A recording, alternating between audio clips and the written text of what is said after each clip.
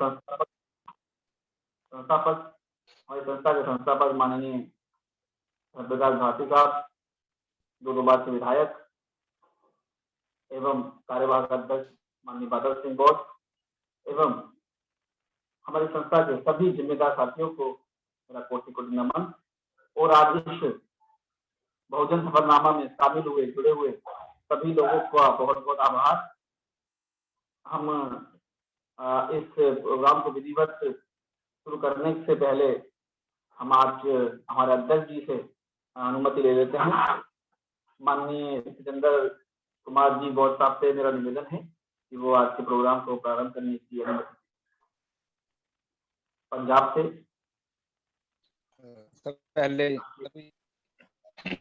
सबसे पहले सभी जुड़े हुए राम बंधुओं को नमो बुधाय, जय भीम। तो मैं संचालक महोदय जी से अनुरोध करता हूँ कि आज का कार्यक्रम जी बहुत बहुत धन्यवाद। आज बहुजन सफरनामा में जुड़े सभी साथियों को पहले अभिवादन। और मैं सबसे पहले वक्ता के रूप में माननीय पुष्पेंद्र कुमार बौद्ध जी ग्वालियर से हैं, जिम्मेदार साथी हैं हमारे, हमेशा सक्रिय रहते हैं, हर मीटिंग में मिलते हैं। मैं उनसे आग्रह करता हूं कि आप आएं और अपनी बात रखें। ग्वालियर मध्य प्रदेश से पुष्पेंद्र बौद्ध जी।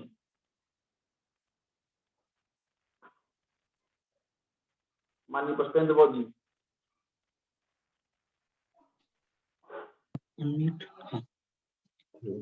अनम्यूट हो गए। हेलो, आ रही है आपकी आवाज। सभी को जय भीम, नमो बुद्धाय। जय भीम, नमो बुद्धाय। सभी जूम पर जुड़े हुए राष्ट्रीय बौद्ध महासभा के जिम्मेदार कार्यकर्ता पदाधिकारी सभी साथियों को मेरा पुनः जय भीम। अपनी बात शुरू करने से पहले मैं महामानवों को याद करना चाहूंगा।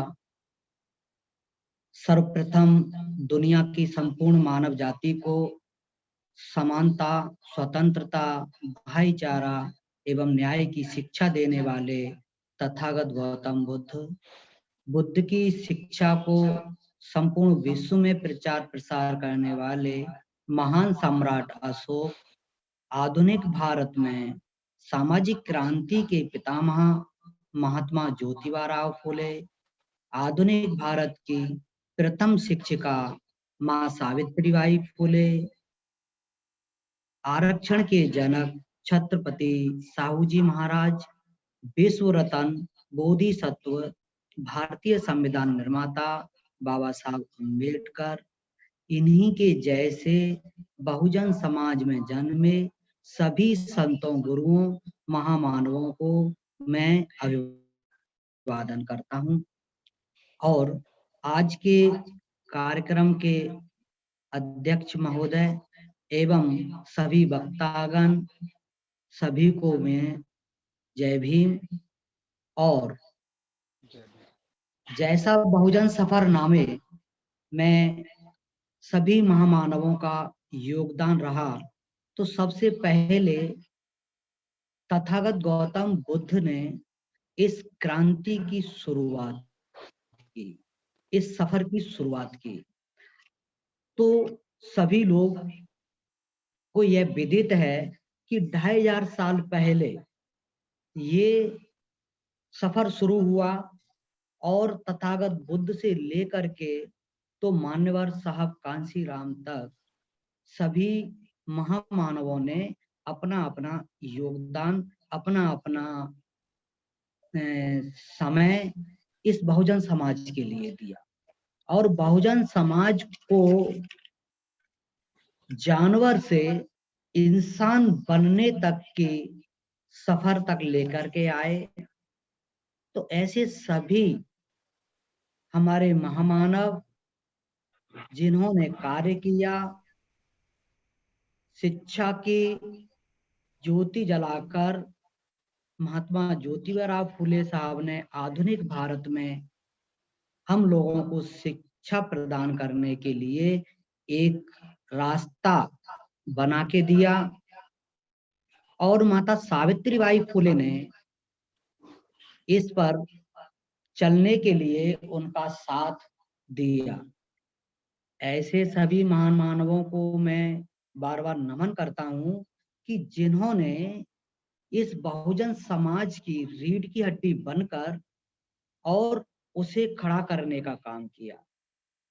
ऐसे महामानव हमारे समाज में लगभग 150 हुए हैं, लेकिन 5000 वर्षों की इस गुलामी को दूर करने के लिए सभी महामानवों ने अपना अपना योगदान दिया और कुछ हमारे करोड़ों कार्यकर्ता आज भी इस सफर को पूरा करने के लिए, महामानवों के सपनों को साकार करने के लिए कार्य कर रहे हैं। मैं इसमें एक याद दिलाना चाहूंगा, अमेरिका की कोलंबिया यूनिवर्सिटी ने एक सूची तैयार की जिसमें 10,000 वर्षों से हमारे महान मानवों की सूची तैयार की कि 10,000 वर्षों में कितने महामानवों ने कार्य किया। तो जिसमें सर्वप्रथम सूची में पहले नंबर पर तथागत गौतम बुद्ध का नाम पुराने जमाने में आया और आधुनिक भारत में बाबा साहब अम्बेडकर का नाम प्रथम नंबर पर आया। तो इससे हमें शिक्षा लेना चाहिए कि हमारे महामानव पूर्व में भी पहले स्थान पर रहे और आज के समय में भी पहले स्थान पर हैं। तो हम लोगों को पहले स्थान पर रहने चाहिए। जबकि हम आज भारत की स्थिति देखते हैं कि हमारा देश आज शायद 134 या 35वें नंबर पर जीडीपी के अनुसार आता है, जबकि महान सम्राट अशोक के समय पर हमारे देश की जीडीपी जो हुआ करती थी, उस जीडीपी जो आज की अमेरिका की जो जीडीपी है उससे भी 10 गुना ज्यादा हुआ करती थी। ऐसे में हमें लगता है कि हमारा देश कितना पीछे जा रहा है। जो लोग ये बात कहते हैं कि विकास विकास की बात करते हैं, लेकिन आज विकास कहाँ है, विकास समझ में नहीं आ रहा है। तो हमारे जो महामानव हुए हैं उन्होंने विकास करने के लिए काम किया, विकास के लिए काम किया और वह कार्य आज दिखाई भी दे रहा था कि हमारी स्थिति आज कहां से कहां पर पहुंची है। मैं इसी कड़ी में मानवर साहब के बारे में भी थोड़ा सा प्रकाश डालना चाहूंगा कि बाबा साहब ने जो प्लेटफॉर्म तैयार किया, बाबा साहब ने जो नींव तैयार की, उस नींव पर सही मायने में हमारे मान्यवर साहब कांशीराम जी ने कार्य किया। मान्यवर साहब का जन्म 15 मार्च 1934 में माता बिशन कौर व पिता हरि सिंह जी के घर में हुआ। जिला रोपण पंजाब में ख्वासपुर गांव में हुआ था। ऐसे महामानव जिन्होंने बहुजन समाज के लिए अपना पूरा जीवन लगा दिया। डीआरडीओ में नौकरी करते समय भी उन्होंने बहुजन समाज के लिए काम शुरू कर दिया था। 1964 से ही उन्होंने कार्य शुरू किया। वह कार्य और तेजी से जब बढ़ा, जब माननीय दीना भाना जी ने उन्हें अवगत कराया कि बाबा साहब की जयंती के लिए छुट्टी का प्रयास कर रहे थे, परंतु कुछ परेशानी आने की वजह से उन्हें छुट्टी सैंक्शन नहीं हो रही थी। तभी साहब से संपर्क किया और साहब ने भी बाबा साहब की जयंती के कार्यक्रम में भाग लिया। तब दीना भाना जी ने उन्हें एक पुस्तक दी थी। उस पुस्तक का नाम था एनिहिलेशन ऑफ कास्ट। इस पुस्तक को मान्यवर साहब ने एक ही रात में 7 बार पढ़ डाला। जब उन्होंने इस किताब को 7 बार पढ़ा तो उनकी दिमाग के अंदर एक ऐसी ऊर्जा पैदा हुई कि उन्होंने उसी समय एक संकल्प लिया कि आज से मैं घर नहीं जाऊंगा और अब मैं अपनी शादी नहीं करूंगा, ना ही मैं अपने नाम से कोई संपत्ति रखूंगा। ऐसे संकल्प लेकर के और उन्होंने बहुजन समाज के लिए काम शुरू किया। तभी 1971 में DS4 का निर्माण कर दलित शोषित संघर्ष समिति बनाकर बहुजन समाज के लोगों को जोड़ने का काम किया।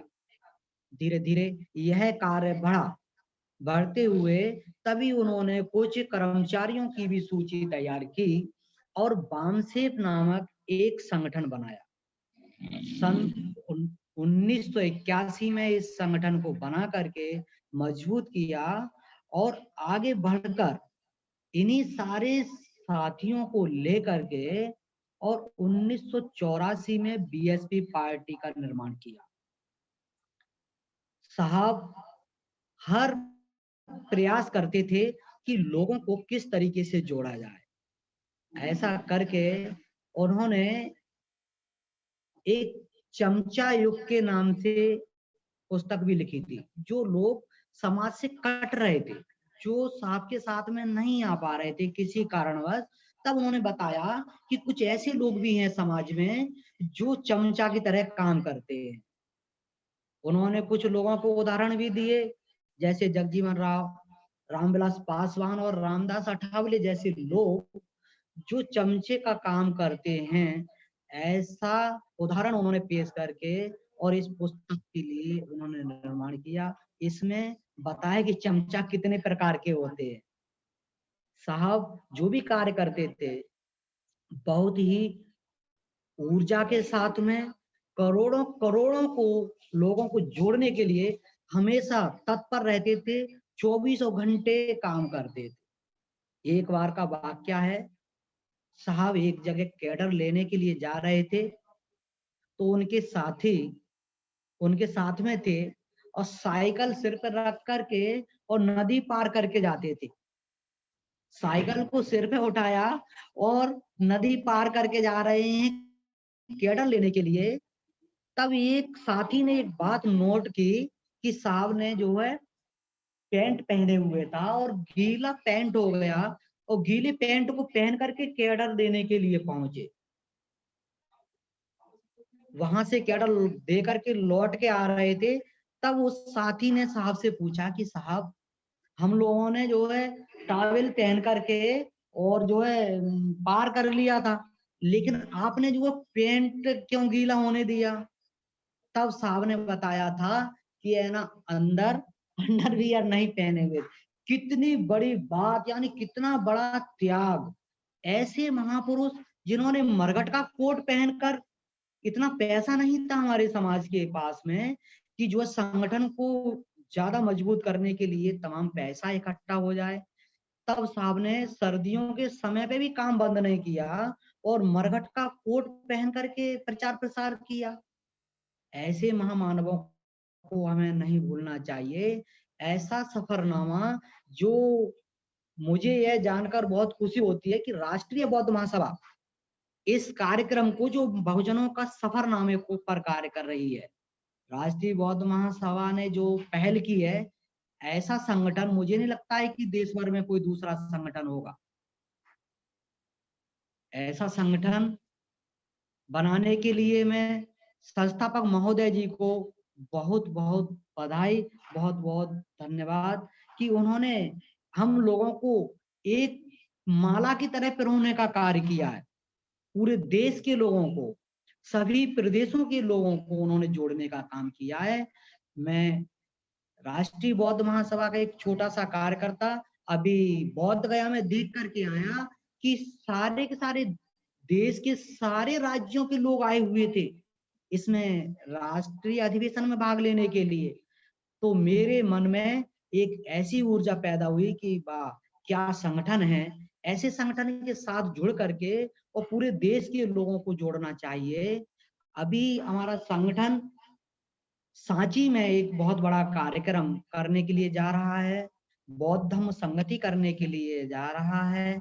तो मैं जूम पर जुड़े हुए सभी साथियों से निवेदन करता हूं कि सभी साथी इस बहुजन सफरनामा को आगे बढ़ाने के लिए, हमारे महामानवों की विचारों को आगे बढ़ाने के लिए इस कार्यक्रम में अवश्य भाग लें।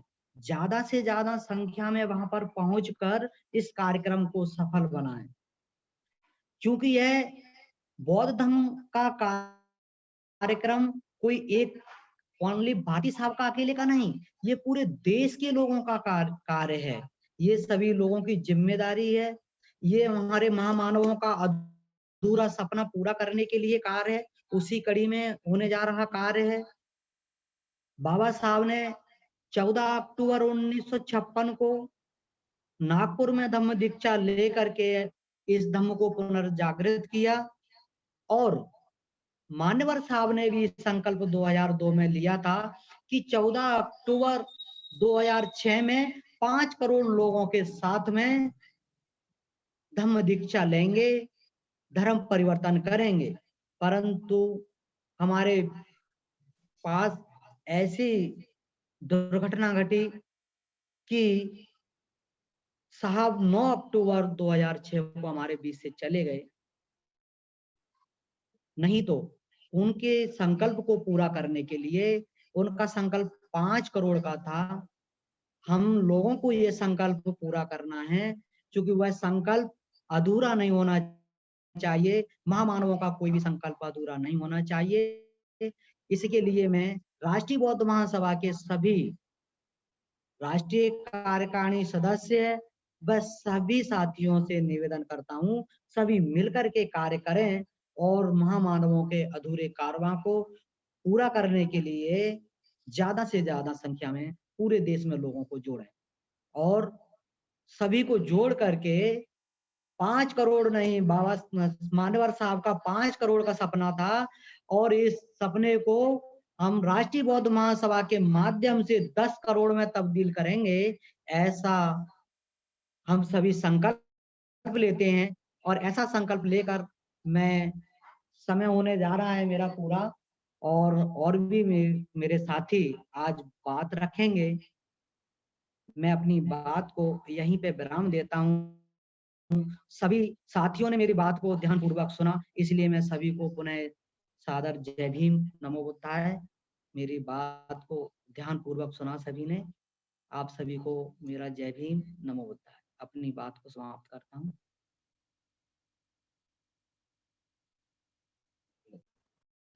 संचालक जी जुड़ गए, आदरणीय मेश्राम जी, आपसे अनुरोध है कि आगे का संचालन करें।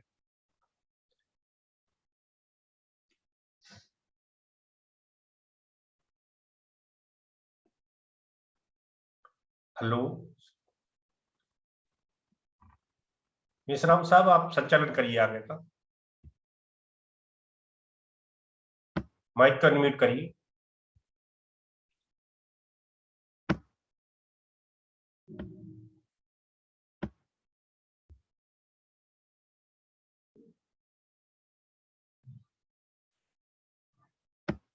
चलो, मेश्राम साहब नहीं सुन पा रहे हैं तो मैं अगले वक्ता के लिए अशोक बोध जी भोपाल से अनुरोध करता हूं कि अपने माइक को अनम्यूट करें और अपनी बात रखें।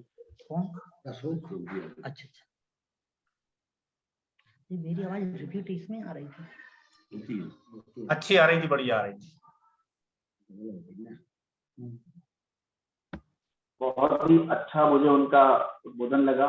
उन्होंने प्राचीन काल से महामानव गौतम बुद्ध से लेके आधुनिक भारत के महामानव मान्यवर काशीराम साहब तक के बारे में बताया, और हमारे जो आयोजन शुरू होने वाले हैं, वो जो पुराने हुए हैं उनके बारे में भी उन्होंने चर्चा कर दी।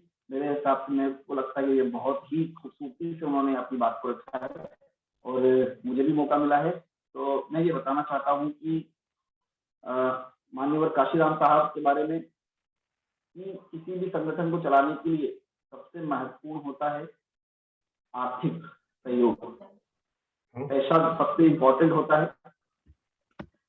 माननीय मान्यवर काशीराम साहब ने सबसे बड़ा काम किया कि उन्होंने पैसा इकट्ठा करने के लिए अपने ही वर्करों को तैयार किया। उन्होंने फार्मूले दिए काम करने के लिए, जिसमें उन्होंने ट्रिपल टी दिया, ट्रेजरी, टैलेंट और टाइम।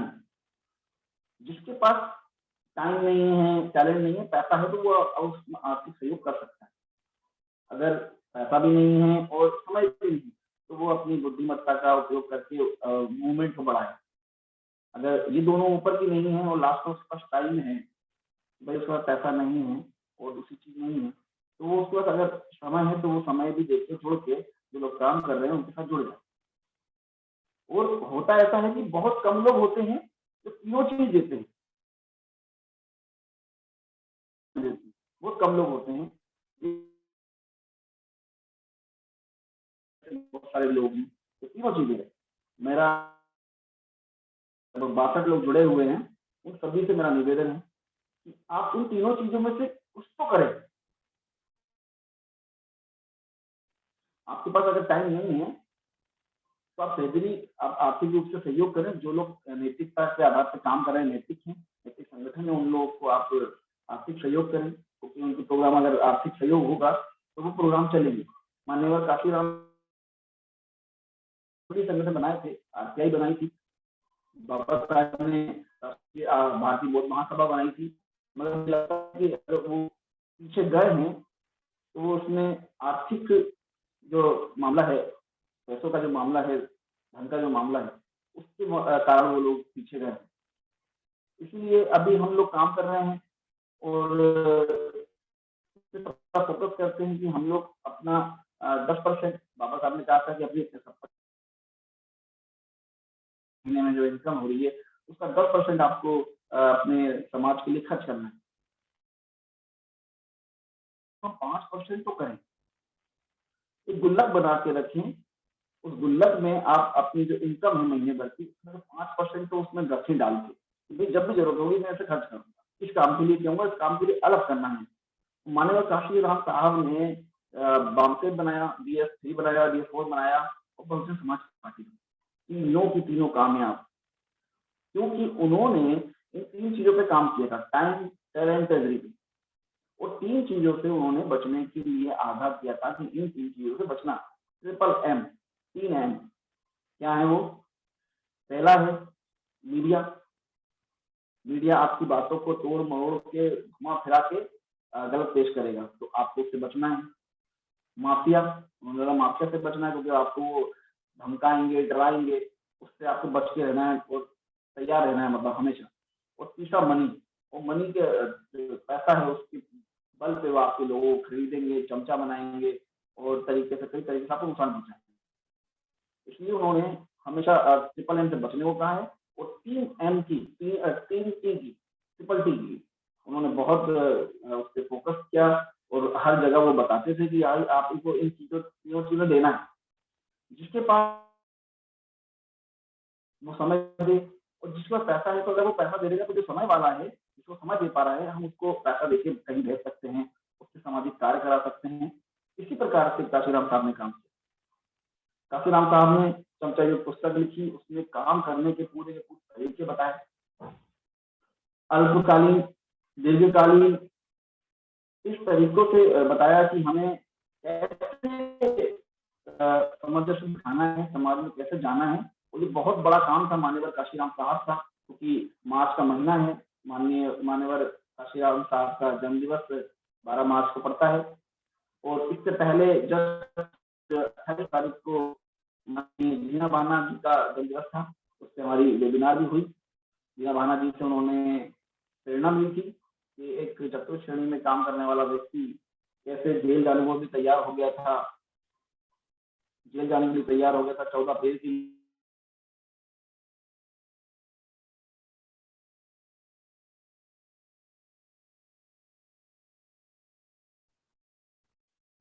वॉइस चली गई आपकी अशोक जी?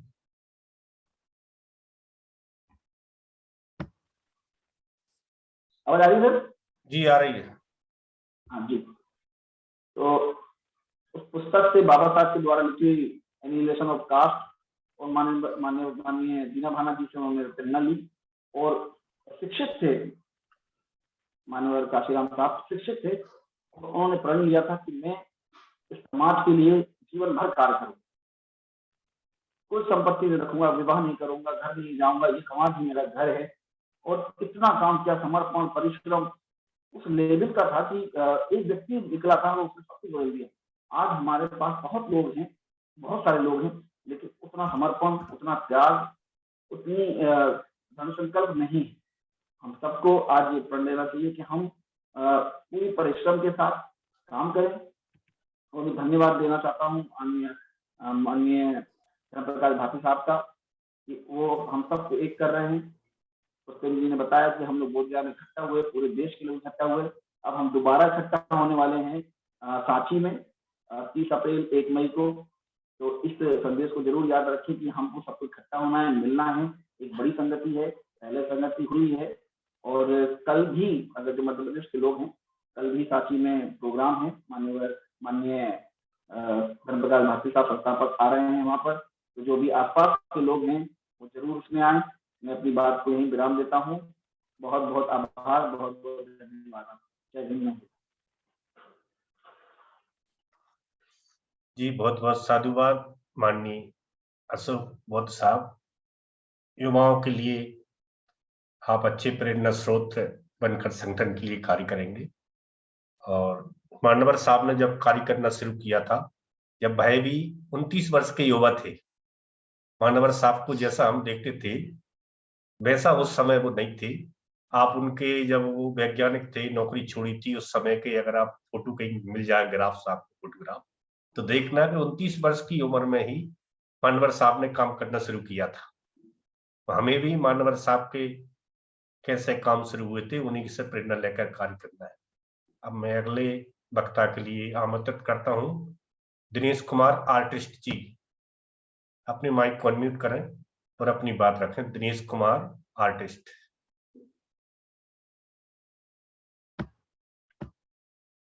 माइक को अनम्यूट करिए, आप उपस्थित हैं जी। वीडियो भी ऑन करिए।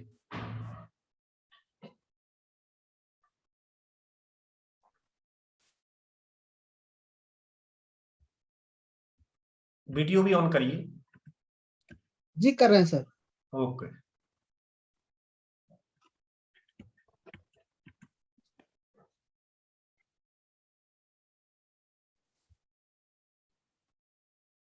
हेलो जी, बात रखिए, आपकी आवाज अच्छी आ रही है। आवाज आप सभी बुद्धिजीवी साथियों को सादर जय भीम, नमो बुद्धाय।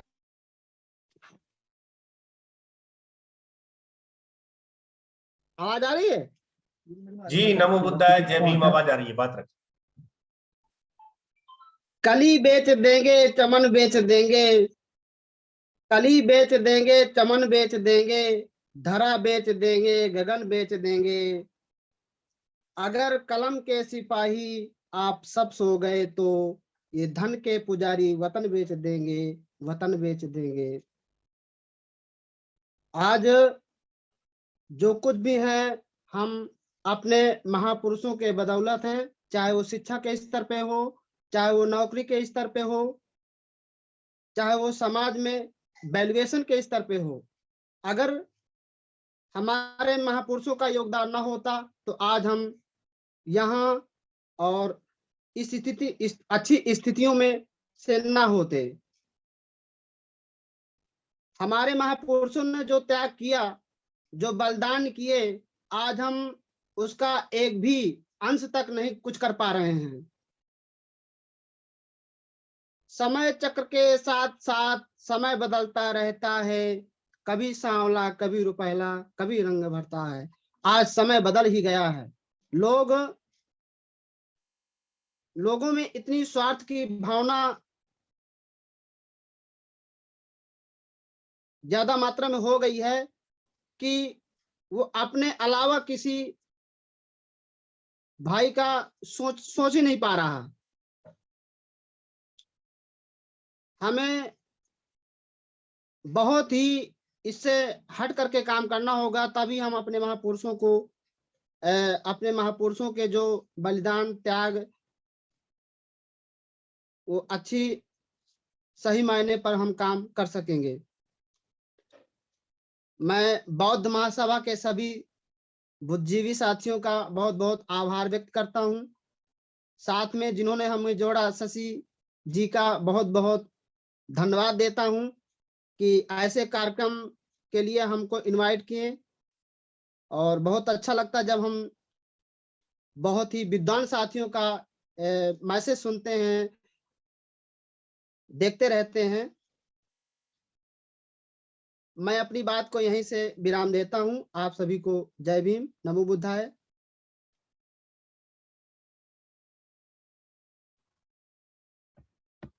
बहुत बहुत साधुवाद माननीय दिनेश कुमार राकेश जी। आप जुड़ते रहें और जितना आप बहुजनों के लिए काम करेंगे उतना ही समाज आपकी कला का और आपके विचारों का लाभ लेती रहेगी, ऐसी आशा है।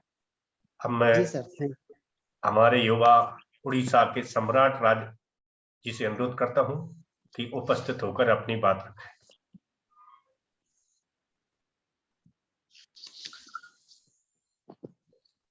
मेरी आवाज आ रही है सर? जी आ रही है। मेरा यहाँ पे थोड़ा नेटवर्क का इशू है, मीटिंग बार बार में बीच बीच में कट रहा है। सभी सम्मानित साथियों को बहुत बहुत साधुवाद।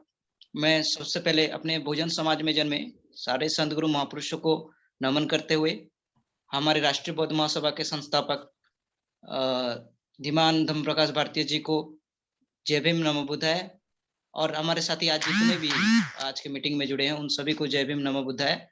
और मैं एक ग्रीक की एंशिएंट ग्रीक में जो ग्रीक की जो प्राचीन सभ्यता में उसमें से एक युद्ध हुआ था, उसी युद्ध से शुरू करूंगा कि उस समय पे फिलोसोफियन वार हुआ था, जो एक युद्ध हुआ था फिलोसोफियन वार, जिसमें एथेंस और स्पार्टा नाम की दो कंट्री के बीच में हुआ था। और उसमें जब एथेंस के लोग वहां पे जीत गए थे, और जब एथेंस के साइड में एक और एक कंट्री होता था जो मिलन्स होते थे, जब एथेंस के लोगों ने मिलन्स के वाले लोगों से कहा कि आप लोग आकर के हमारे साथ सरेंडर करके हमारे साथ मिल जाइए, तब मिलन्स के लोगों ने एथेंस के लोगों से कहा था कि ये आपकी इच्छा हो सकती है कि आप हमारे शासक बने, लेकिन ये हमारी इच्छा कैसे हो सकती है कि हम आपके गुलाम बने। तो बाबा साहब अम्बेडकर ने जब 1932 को 1932 में जब हमारे लिए कम्युनल वोट का अधिकार लेके आए और पूना पैक्ट के बाद हमारे दो वोट का अधिकार छीन गया, उसके बाद माननीय दादा साहब कांसेराम कहते हैं कि हमारे समाज में चमचा युग की शुरुआत हुई। जब कालेश्वर कमीशन आया था तो कालेश्वर कमीशन ने काका कालेश्वर बाबा साहब अम्बेडकर से मिलने आए थे, और उन्होंने बाबा साहब अम्बेडकर से पूछा कि ऐसा कौन सा काम किया जाए कि जिससे इन दलितों पतितों लोगों के उद्धार हो सके। तो बाबा साहब अम्बेडकर ने कहा कि जिस समाज में डॉक्टर्स, इंजीनियर और वकील होते हैं उस समाज का कोई कुछ नहीं बिगाड़ सकता। लेकिन वही जब बाबा साहब 18 मार्च 1956 को आगरा में रामलीला मैदान में आए थे तो बाबा साहब अम्बेडकर ने कहा कि मुझे इन पढ़े लिखे लोगों ने धोखा दिया। तो इसी चीज को जब मान्यवर कांसीराम साहब को माननीय दीनावाना जी से बाबा साहब अम्बेडकर के बारे में पता चला, और जब वो हम मेरे पूर्व वक्ता भी बता रहे थे कि कैसे एनिलेशन ऑफ कास्ट को एक रात में 7 बार पढ़ने के बाद उनके मन में जागरूकता वो कर अपने माँ को 10 की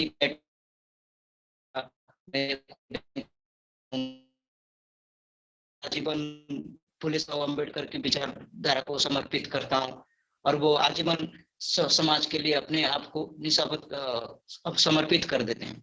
तो इसी बात को हम देखते हैं कि जो बात बाबा साहब ने 18 मार्च 1956 को कहा था कि मुझे इन पढ़े लिखे लोगों ने धोखा दिया, उन्हीं पढ़े लिखे लोगों को लेकर के माननीय दादा साहब कांशीराम ने बामसेफ बनाए, और बामसेफ के थ्रू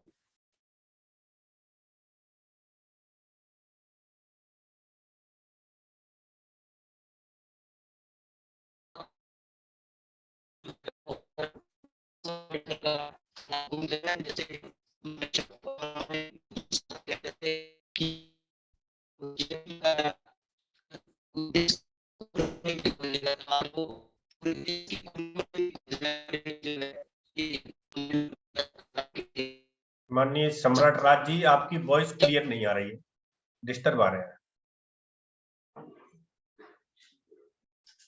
बहुत क्लियर नहीं है आप।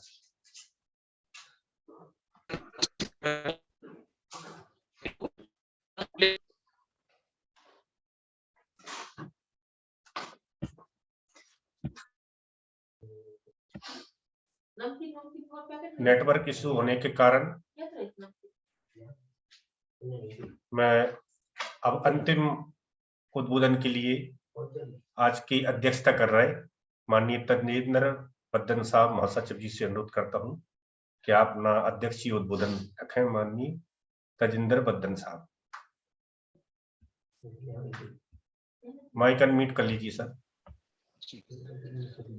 सबसे पहले तथागत गौतम बुद्ध, राष्ट्रपिता ज्योतिबा फुले जी, विश्व रत्न डॉक्टर भीमराव अम्बेडकर जी, फुले जी और सभी संतों को नमन करते हुए मैं हमारे अध्यक्ष महोदय श्री धर्म प्रकाश भारती को प्रणाम करता हूं। हमारे कार्यकारी अध्यक्ष जी जुड़े हैं, उनको प्रणाम करता हूं। और हमारे राष्ट्रीय सचिव संघ प्रिय कमलेश बौद्ध जी और IT कल के मुकेश जी, जो सदा ही अपनी सेवाएं निभाते रहते हैं, उनको भी मैं जय भीम नमो बुद्धाय बोलता हूं। और आज का संचालन कर रहे सभी साथियों को और प्रबोधन कर रहे सभी वक्तागणों को जय भीम नमो बुद्धाय। तो साथियों, जैसा कि हम भी जानते हैं, बहुजन सपना हमारे महानायकों की जो गाथा है उन पर रहा है पिछले काफी दिनों से। तो राष्ट्रीय बौद्ध महासभा, अभी मेरी आवाज आ रही है जी? अध्यक्ष जी, मेरी आवाज आ रही है जी आपको? जी आ रही है, कंटिन्यू रखिए। ओके जी। तो जो हमारा जो चल रहा है सफरनामा, बहुजन नायकों का सफरनामा बहुत ही अच्छे तरीके से पिछले 2 महीने से चल रहा है। तो मैं समझता हूँ कि ये जो सफरनामा चल रहा है उसमें हमारा कुछ ऐतिहासिक तथ्य दिखाए जाते हैं, जो हमारे महापुरुषों ने हमें विचारधारा दी है, जो हमें एक चलने के लिए राह दी है, जिस पर हम चलकर अपने जीवन का विकास करें और हमारे बहुजनों का विकास करें और मानवता का विकास करें। जैसा कि बुद्धा की फिलॉसफी है कि करुणा, मैत्री, त्याग, दया सभी को अपनाकर हम लोगों ने पूरी की पूरी मानवता का विकास करना है और मानवता के संचालन के लिए इसमें सहयोग देना है।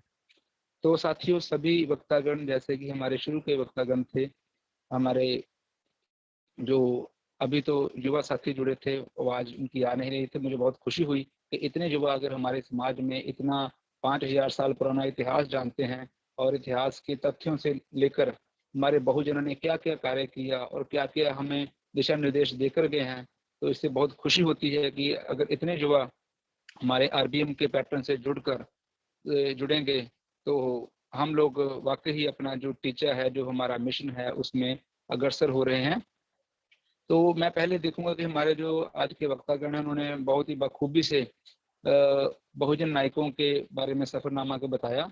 और एक हमारे 2 नंबर पर जो बोले थे, मेरे ख्याल से अशोक बोध जी, तो उन्होंने जो विचार रखे हैं कि संगठन चलाने के लिए आर्थिक सहयोग, टैलेंट, ये बहुत ही अनिवार्य है।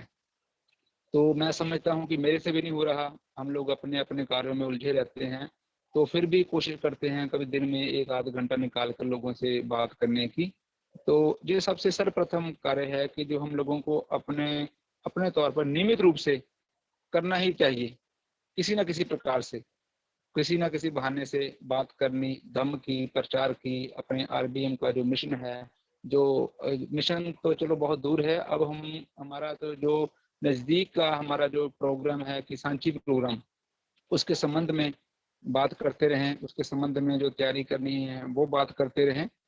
तो जबकि मैं विषय तो बहुजन सफरनामा ही है, तो ये तो हम लोग जानते ही हैं कि हमने हमारे बहुजनों ने जो हमारे नायक हैं, हमारे जो जिनको हम अपने देवता भी कह सकते हैं, जो हमारे जैसे राष्ट्रपिता ज्योतिबा फूले जी, विश्व रत्न डॉक्टर भीमराव अम्बेडकर जी, तो इन लोगों की जो बातें हैं, इन लोगों को जो ज्ञान है, जो विचारधारा है, उनको अपनाने के साथ साथ, जैसे कि हमारे अध्यक्ष महोदय श्री धर्म प्रकाश भारती जी ने अपना बीड़ा उठाया है हम लोगों को समझाने का, जोड़ने का धम्म के साथ, तो इसके लिए हमें भी अपना समय निकालना चाहिए। मैं समझता हूँ कि मैं जिन लोगों से मिलता हूँ वो अपना समय निकालते नहीं, हम लोग बात कर कर आ जाते हैं, वो लोग बोलते हैं कि करेंगे बात करेंगे। मुझे तो समझ नहीं आ रहा कि कैसे हम लोगों को अपनी ओर आकर्षित क्या करना है, कैसे जुड़ें, जबकि ये बुद्ध का धम्म भी तर्क वाला धम्म है, इसमें कोई अंधविश्वास नहीं है, कोई ऐसी बात नहीं है। लेकिन हमारे समाज के लोगों को जुड़ने में समस्या आ रही है, तो इस बात को मैं समझ नहीं पा रहा हूँ। तो बात ऐसे है कि जैसे कि बुद्धा की फिलॉसफी के मुताबिक हमें पहले अपना चरित्र निर्माण करना है। तो मैं समझता हूँ कि हम लोग पढ़ भी जाते हैं, काम पर भी लग जाते हैं, तो हम लोग अपने चरित्र निर्माण में सक्षम नहीं हो पाते, तभी हम लोग अच्छे तरीके से जो हमारा मिशन है उसमें जुड़ भी नहीं पा रहे हैं। तो कोशिश यही रहेगी। तो मैं जैसा कि महानायकों की ये सभा है, तो इसमें एक बात जोड़ना चाहूँगा कि मैंने एक बुक पढ़ी है, फिलॉसफी ऑफ हिंदुइज्म, इंग्लिश में बुक आती है डॉक्टर बाबा साहब अम्बेडकर की फिलॉसफी ऑफ हिंदुइज्म। तो उसमें उन्होंने शुरुआत में ही एक बहुत ही अच्छी ही उन्होंने फिलॉसफिकल थिंग लिखी है कि हिंदुइज्म क्या है, व्हाट इज द हिंदुइज्म। उन्होंने कहा हिंदुइज्म क्या चीज है, this is like a dark room in which a cat which is to be caught by a person. एक अंधेरा रूम, अंधेरा कमरा है जिसमें एक काली बिल्ली है, वो उसको पकड़ना है।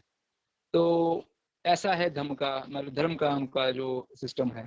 तो बाद में क्या बोलते हैं कि जो एक काली बिल्ली है, अंधेरा कमरा है, उसको पकड़ना है। और जो लोग इसको चला रहे हैं धर्म को, वो क्या बोल रहे हैं, हाँ जी बिल्ली है, अंधेरा कमरा भी है, सब कुछ है, डार्क रूम है, दरवाजा लगा हुआ है, हमने पकड़ ली। वो बोलते हैं कि पकड़ ली, उसका प्रचार कर सभी और उसका कर दिया कि हमने जो बिल्ली पकड़ ली। असल में क्या है कि कमरा भी अंधेरा है, दरवाजा भी लगा, उसमें बिल्ली है ही नहीं। तो समझने वाली बात यह है कि कुछ है ही नहीं जो हम लोगों को पढ़ाया जा रहा है। जो हमारा सिलेबस लगता है हमारी पढ़ाई में, जो जो हमारी संस्कृति पढ़ाई जाती है, वो असल में वो चीज़ होती ही नहीं जो पढ़ाई जाती है। तो फिलॉसफी ऑफ हिंदुइज्म की जो मैंने ये व्याख्या में थोड़ा सा शब्द पढ़े हैं, तो ये आंखें खोलने वाला तर्क संगत बातें जो बाबा साहब अम्बेडकर ने हम लोगों को बताई हैं। तो ऐसे ही हम लोग जो हमारे बहुजनों का ज़्यादा से ज़्यादा लिटरेचर है, साहित्य है, उनको पढ़कर हम थोड़ा बहुत समाज में बात करने के योग्य हो सकते हैं, सक्षम हो सकते हैं। तो साथ ही साथ हमें जो बहुत ही सौभाग्य से हमारे आरबीएम के साथ जुड़ने का अवसर मिल गया, जितना भी काम हो रहा है, जितना हम कर सकते हैं, उसके लिए हमेशा तैयार रहें। जैसा कि मैं रोज देखता हूँ कि मैं तो जुड़ नहीं पाता, हमारे कार्यकारी अध्यक्ष जी तो वो सभी आईटी सेल वाले और दूसरे लोग सभी रोज जुड़ते हैं। मैं देखता हूँ जम्मू वाले लंगई साहब, जलगोत्रा साहब और हमारे महासचिव साहब बंगोत्रा साहब भी तकरीबन रोज जुड़ते हैं। तो बहुत ही अच्छी बात है, जिन लोगों की लगन है तो ये जरूर ही हमारे इस संगठन को आगे लेकर जाएंगे। तो जैसा कि हमारे एक वक्ता जी ने बोला है कि 5 करोड़ का टीचा था जो मान्यवर साहब कांशीराम जी ने रखा था कि हम लोग 5 करोड़ बुद्धिस्ट बनाएंगे। 2002 में उन लोगों ने ये ऐसा टीचर रखा था, तो जिसमें वो सफल नहीं हुआ, कारणवश की उनकी कुछ सेहत ने उनको साथ नहीं दिया। तो मैं समझता हूँ कि जैसा कार्य हमारे अध्यक्ष महोदय कर रहे हैं, अगर इसी प्रकार से वो कार्य करते रहें तो ये टीचा भी कोई ज़्यादा दूर नहीं। लेकिन हमें निराशा से बचना चाहिए। कभी कभी मैं भी निराश हो जाता हूँ, तो जाता हूँ किसी से बात करते हैं तो कोई अच्छा रिस्पॉन्स नहीं मिलता, सहयोग भी नहीं मिलता। तो मैं समझता हूँ कि लगे रहना चाहिए, कभी ना कभी सहयोग मिलेगा, लोगों को समझ आएगी कि हमारे पास यही रास्ता है और इसी रास्ते से ही हम लोग अपने विकास और मानवता के विकास के लिए जागृत हो सकते हैं और पहुंच सकते हैं। तो जैसा कि मैं समझ रहा हूँ कि समय हो रहा है, तो मैं अब कार्यकारी अध्यक्ष महोदय से मैं गुजारिश करता हूं कि मेरी आज की अध्यक्षता आपने लगाई, तो मैं इसके लिए बहुत बहुत साधुवाद सभी उपासिकाओं का धन्यवाद। तो मैं अपनी वाणी को यही विराम देता हूँ। नमो बुद्धाय, जय भीम। बहुत बहुत साधुवाद माननीय युवा अध्यक्ष जी, महासचिव जी। आपने बहुत अच्छे इम्प्रेसिव थॉट के साथ युवाओं को प्रेरित किया और अच्छा मैसेज दिया। बहुत बहुत साधुवाद। अब मैं हमारे संस्थापक महोदय से अनुरोध करूंगा कि आज के युवाओं के लिए अपने शब्द रखें। माननीय संस्थापक जी सांची के कार्यक्रम के फाइनल करने के लिए सांची के लगभग पास विदिशा में पहुंच चुके हैं और हमारी पूरी टीम भोपाल और मध्य प्रदेश भोपाल संभाग की है, वो पूरी टीम साथ के साथ है। मैं भी सुबह पहुंच जाऊंगा, तो साहब से अनुरोध है कि युवाओं का थोड़ा मार्गदर्शन करें। आदरणीय धर्म प्रकाश भारती साहब। जी धन्यवाद। हाँ, मानव समाज में जन्मे सभी संत गुरुओं को नमन करते हुए मोबाइल बंद कर लीजिए सर। डब्बू भैया आवाज कम कर लो अपनी।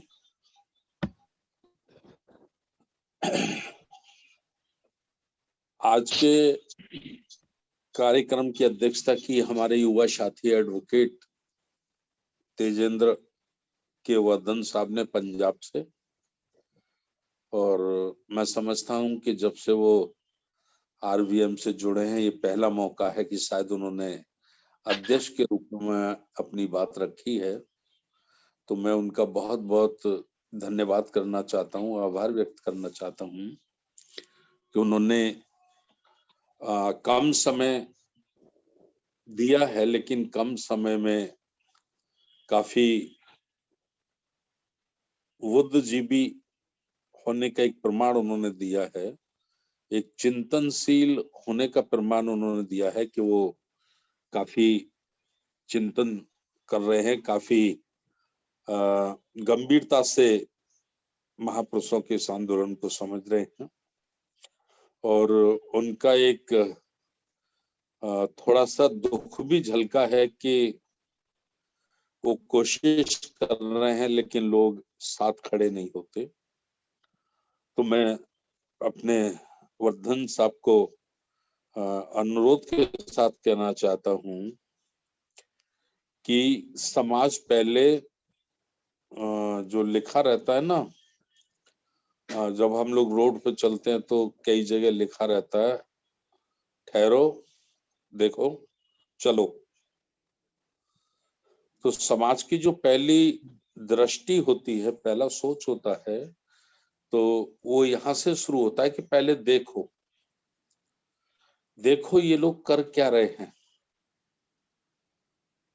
राष्ट्रीय बौद्ध महासभा के लोग, आरवीएम के लोग कर क्या रहे हैं, ठीक कर रहे हैं, सही दिशा में चल रहे हैं या किसी गलत दिशा में चल रहे हैं। ये समाज का पहला मनोवैज्ञानिक ऐसा नजरिया होता है। दूसरा, देखो फिर चलो। तो चलाने के लिए हमको शुरुआत करनी होती है। जैसे मैं बीएसपी के माध्यम से भी जब हम लोग समाज को तैयार कर रहे थे, तो एक बात हमेशा कहता था और बीच बीच में भी मैं कहता रहता हूं कि जब हम समुद्र की तरफ देखते हैं या नदियां की तरफ देखते हैं, तो लोग उसमें कुछ तैरते हैं, पानी में तैरते हैं, और तैरते हुए लोगों को देखकर प्रत्येक एक व्यक्ति का मन करता है कि भाई मैं भी ऐसे तैरना चाहता हूँ, मुझे भी ऐसे तैरना चाहिए। नदिया में, दरिया में मुझे भी तैरना चाहिए। तैरने की तमन्ना सबके मन में उठती है, लेकिन सब लोग तैर नहीं पाते। उनमें से कुछ लोग तैरते हैं, सारे लोग नहीं तैरते। लाखों करोड़ों में से 10-5 लोग तैरते हैं। तो अब ये रहस्य हमें ढूंढना है कि कौन से वाले लोग तैरते हैं और कौन से वाले लोग नहीं तैरते हैं। तो तैरने वाले लोग वो होते हैं जो पानी में डूबने का रिस्क लेते हैं। जो डूबने का रिस्क लेते हैं वही तैरने का मजा लेते हैं। और जो लोग पानी में पैर रखते हैं और पैर रखकर फिर कांप जाते हैं कि नहीं, पता नहीं कितना गहरा होगा, मैं डूब जाऊंगा, मैं मर जाऊंगा, क्या होगा, तो वो फिर एक किनारे हो जाते हैं और वो जिंदगी की किसी भी कड़ी में तैर नहीं पाते, तैरने से वंचित हो जाते हैं। तो ये प्रकृति का एक स्वभाव है कि हमें सच्चे मन से उसके लिए प्रयास करनी है, कोशिश करनी है, और तमन्ना सच्ची हो तो रास्ते निकलते हैं। कांशीराम साहब के जीवन को अगर हम वाकई दिल पे लेकर उसका चिंतन कर ले तो हमारी 100 में से 100 समस्याओं का समाधान हो जाएगा। मैं मान्यवर कांशीराम साहब के बारे में सबको बताता हूँ कि उनके साथ कोई विरासत नहीं थी। 1964 में जब वो निकले, 30 वर्ष की उनकी उम्र थी, मात्र 30 वर्ष, और पहले उन्होंने कभी बाबा साहब का ठीक से नाम भी नहीं सुना था। बाबा साहब डॉक्टर अंबेडकर के आंदोलन को समझना तो बड़ी बात है। कांशीराम साहब खुद अपनी सभाओं में उन्होंने कई बार कहा था कि मैं महाराष्ट्र जाने से पहले, पूना में जाने से पहले कभी अंबेडकर साहब को, बाबा साहब को ठीक से नाम भी नहीं सुना था। तो वो निकले, उनके साथ कोई विरासत नहीं थी। जैसे प्रकाश राव अंबेडकर साहब 1978 में हमारे आगरा में आए थे, बाबा साहब के पोते। तो रेलवे स्टेशन से काजीपाड़ा एक मोहल्ला है, वहां उनका प्रोग्राम रखा गया था। रेलवे स्टेशन से, आगरा फोर्ट से काजीपाड़े के तक फूलों की सड़क बनाई गई थी। यानी जितनी सड़क थी सब पर फूल बिछाए गए थे कि बाबा साहब के पोते आज आगरा आ रहे हैं। और बिना किसी पर्चे, बिना किसी पब्लिसिटी, बिना किसी मीडिया, बिना किसी अखबार के हजारों हजारों की भीड़ इकट्ठा हो गई थी। उनके साथ ये प्लस पॉइंट था कि वो बाबा साहब डॉक्टर अंबेडकर के पोते थे, उनके नाती थे। अब कंपैरिजन करिए कांशीराम साहब। कांशीराम साहब जब इस कार्य के लिए निकले तो उनके साथ तो विरासत में कुछ नहीं था। उनके पिताजी कभी गांव के सरपंच तक भी नहीं रहे, उनके परिवार में से कभी कोई नहीं रहा, तो वहां वो शून्य थे। लेकिन धीरे धीरे धीरे धीरे हम देखते हैं कि सारे लोग, सारी लीडरशिप फेल हो गई भारत में और कांशीराम सक्सेस हो गए, कामयाब हो गए, जबकि उनके साथ कोई विरासत नहीं थी। एक थैला और एक हवाई चप्पल पहनकर घर से निकले।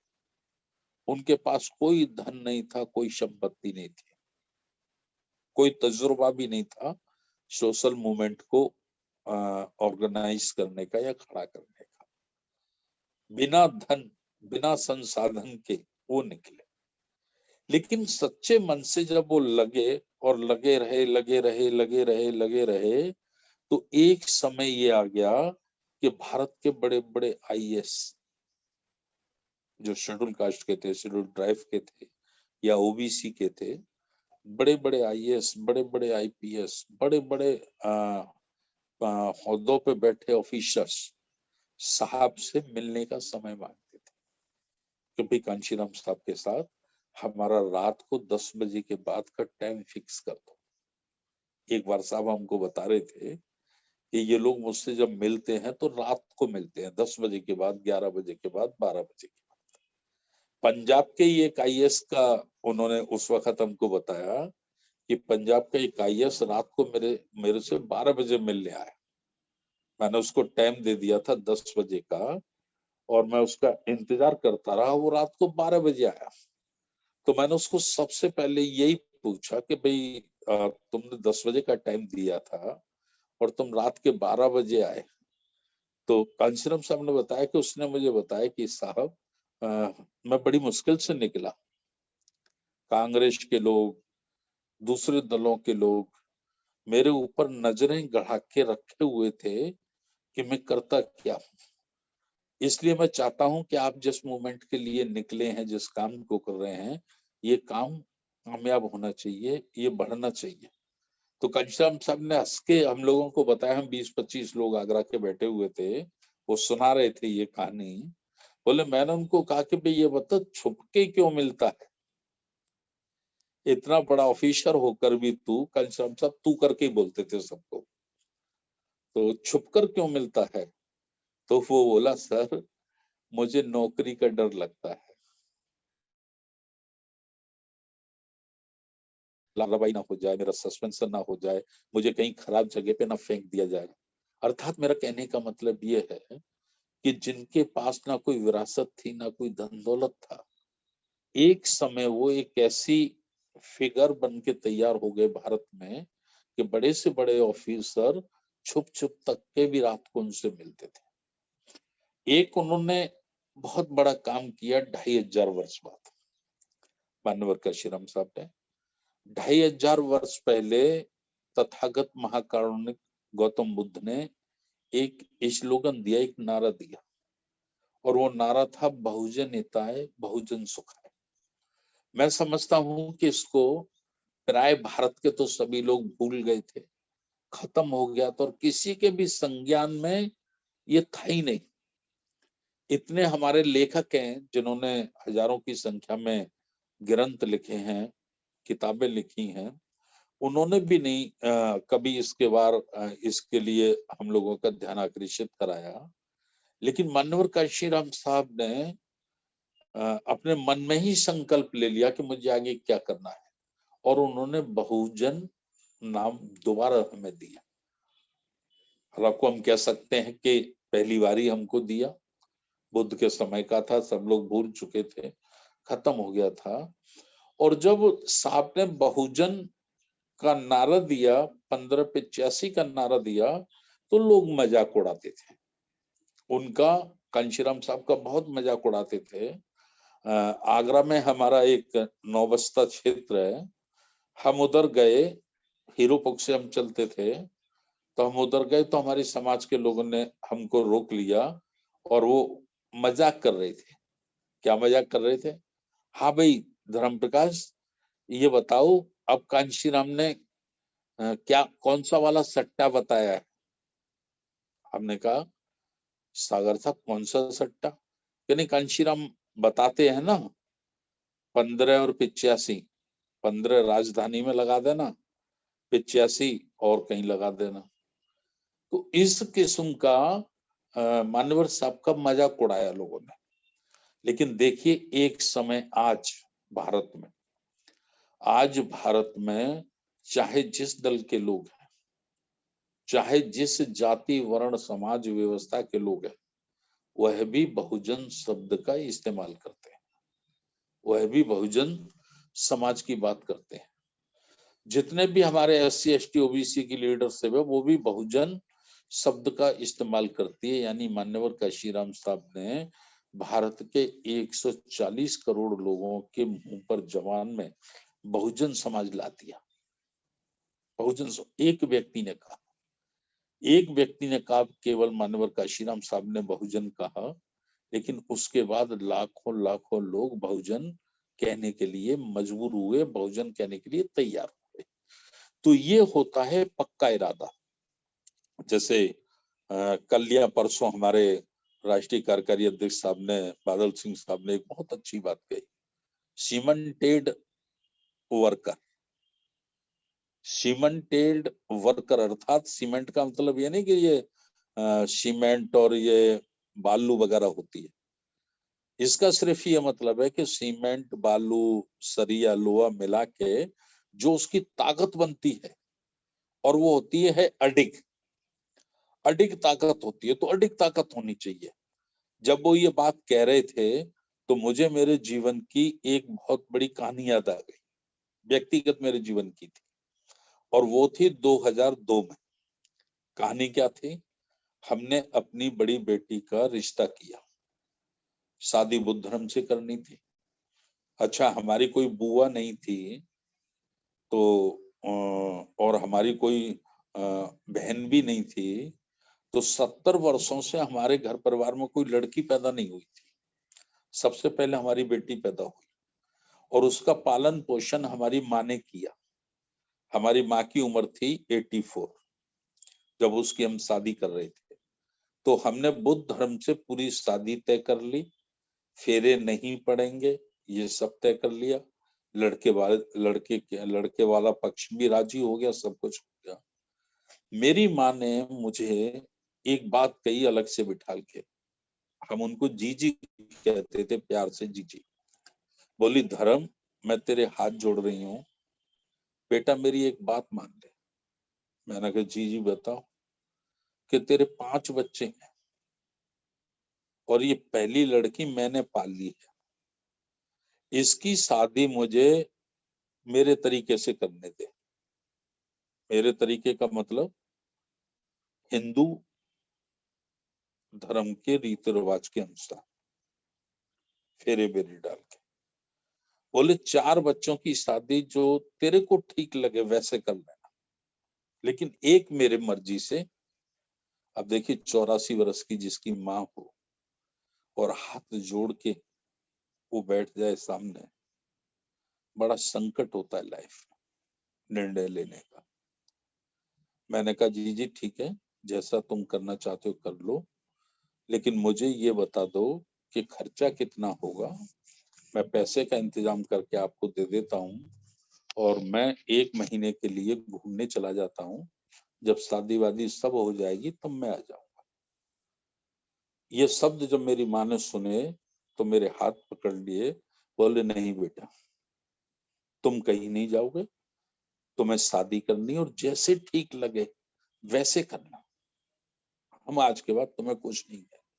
और वो मेरी माँ सभी कार्यक्रमों में बैठी, मंच पे बैठी, त्रिशरण लिया, पंचशील लिया और सहमति से खुशी होकर वो उन्होंने शादी बुद्ध धर्म से की। और तब से एक ऐसी लकीर पैदा हो गई हमारे घर, खानदान, परिवार में, नाते रिश्तेदारों में, कि जितनी भी शादियां हमारे बच्चों की, हमारे छोटे भाई के बच्चों की, हमारे दूसरे नाते रिश्तेदारों की, सबकी बुद्ध धर्म से हुई, भीमनगरी में हुई ज्यादातर, और किसी के फेरे नहीं पड़े। तो जब मास्टर बादल सिंह बोस साहब ये सीमेंटेड कार्यकर्ता की बात कह रहे थे तो मुझे याद आ गई कि यदि उस दिन मैं सरेंडर कर देता अपनी माँ के सामने, ये सोच करके 84 वर्ष की मेरी बूढ़ी माँ है, मुझे इसका दिल नहीं दुखाना चाहिए, तो शायद जो लकीर बनी, पुरानी परंपरा की रस्सी टूटी कटी और नई धम्म के मार्ग की एक नई दीवार बनी, एक रास्ता बना, शायद वो मेरे जीवन में नहीं बनता और मैं किसी नाते रिश्तेदार को भी प्रेष नहीं कर पाता। आज मेरे जितने भी नाते रिश्तेदार हैं, मुझे जब वो बुलाते हैं शादियों में, तो मैं पहला सवाल पूछता हूँ, फेरे पड़ेंगे कि नहीं पड़ेंगे? तो वो हाथ जोड़ के कहते हैं कि नहीं पड़ेंगे, ये बात हमने पहले तय कर ली है। हमने कह दिए हमारे धर्म प्रकाश भारती साहब, अगर फेरे पड़े और बुद्ध धर्म से शादी नहीं हुई तो वो आएंगे नहीं, और हम वो शादी करेंगे नहीं जिसमें वो आएंगे नहीं। तो ये एक शुरुआत कहीं ना कहीं से करनी पड़ती है, कहीं ना कहीं से किसी ना किसी को लाइन खड़ी करनी पड़ती है। तो मैं उनका वर्धन साहब का धन्यवाद करना चाहता हूँ। और मैं हमारे आज पहली बार बोले ग्वालियर से उपासक पुष्पेंद्र बौद्ध, उनका भी मुझे बहुत अच्छा लगा। 1-2 डेट गलत बता गए, वो कोई बात नहीं है, पहला मौका था उनका, लेकिन बोले, युवा अवस्था में बोले। जो युवाओं में लीडरशिप निकलनी चाहिए, युवाओं में नेतृत्व निकलना चाहिए, वो हमारे राष्ट्रीय बौद्ध महासभा के सहयोग से, हमारे सभी जिम्मेवार साथियों के सहयोग से निकल रहा है, मुझे बड़ा अच्छा लगता है। अशोक बौद्ध बोले, उन्होंने भी बहुत अच्छी बातें रखी।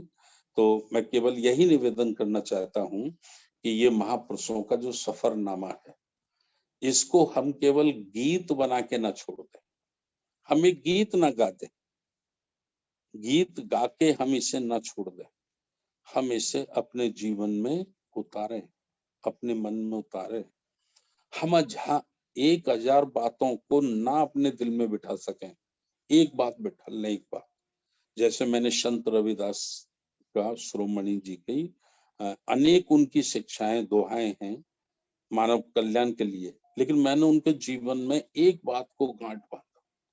एक जो उनका दोहा है, जब मैंने वो सुना आज से करीब 25-30 वर्ष पहले, तो उसी पे मैंने बहुत चिंतन किया। क्या है वो दोहा? पराधीनता पाप है, ये जान लो रे मीत, पराधीन रैदास से कोई ना करे प्रीत। शब्द बड़ा छोटा लग रहा होगा, लेकिन इसको देखिए कि बुद्ध के बाद आज से 600 वर्ष पहले संत शिरोमणि रविदास साहब ने हमें स्वतंत्रता का आभास कराया। पराधीनता माने गुलामी, गुलामी का अंत करो, पराधीनता का अंत करो। तो ये छोटी छोटी बातें हैं जो दिल पे लगती हैं, और जो दिल पे लगती हैं वही व्यक्ति बड़ा काम कर पाता है। तो ये मैं आप लोगों का आज जितने साथी बोले सभी का मैं बहुत बहुत धन्यवाद करना चाहता हूँ। उड़ीसा से भी हमारे बहुत कम उम्र के युवा साथी थे, उनका नेट नहीं साथ दे पाया, कोई बात नहीं। तो ये युवा लोग निकल के आएंगे तो मुझे बड़ी खुशी होगी, हमारे पूरी राष्ट्रीय बौद्ध महासभा को बहुत खुशी होगी। और एक बात याद दिला के फिर, अगर महापुरुषों के इस आंदोलन में तैरना है तो डूबने का रिस्क मेरे दोस्तों लेना पड़ेगा। डूबने का रिस्क नहीं लोगे, तैरने का मजा लोगे, ये कभी हो नहीं सकता, ये संभव नहीं है। डूबने का रिस्क लेना ही पड़ेगा, तभी तैरने का मजा आपको हासिल होगा। बहुत बहुत धन्यवाद। नमो बुद्धाय। जय। बहुत बहुत साधुवाद माननीय संस्थापक महोदय, आपने बहुत अच्छा युवाओं का मार्गदर्शन किया और सिमेंटिक पावर को अनुमोदित किया। मुझे मालूम नहीं था, मैं उसको भी शामिल कर लेता। ऐसे हमारे बहुजन नायकों के विचार और विचारों पर टिके रहने वाले अडिग बहुत सारी बातें हैं। यही बातें हमको आगे बढ़ने के लिए प्रेरित करती हैं और टिके रहने के लिए एक मजबूत आधार स्तंभ देती हैं। कभी समय मिलेगा तो 2 बिंदु और आज निकल के आए हैं। एक संघर्ष की भूमि पुणे, पुणे का नाम आया है। इसमें हमारे सभी महामानवों का कहीं ना कहीं संघर्ष दिखाई देता है। ज्योतिबा फुले साहब, साहू जी महाराज, सावित्रीबाई फुले, बाबा साहब, मान्यवर कांसीराम साहब, दीना भाना साहब, ये संघर्ष की भूमि पुणे कहीं ना कहीं इनके जीवन में रही है। और दूसरा आया है कर्मचारी और कार्यकर्ता। ये 2 किसी दिन समय मिलेगा तो मैं 40 मिनट का ये है पूरा मैं सुनाऊंगा। और बहुत बहुत साधुवाद, आज सभी साथियों ने सफरनामे पर प्रेरणात्मक सबकी अभिव्यक्ति जानी। बहुत बहुत साधुवाद। अब मैं सभी साथियों को माइक ओपन करने के लिए अलाउ करता हूं। सभी साथी अपने माइक ओपन करें।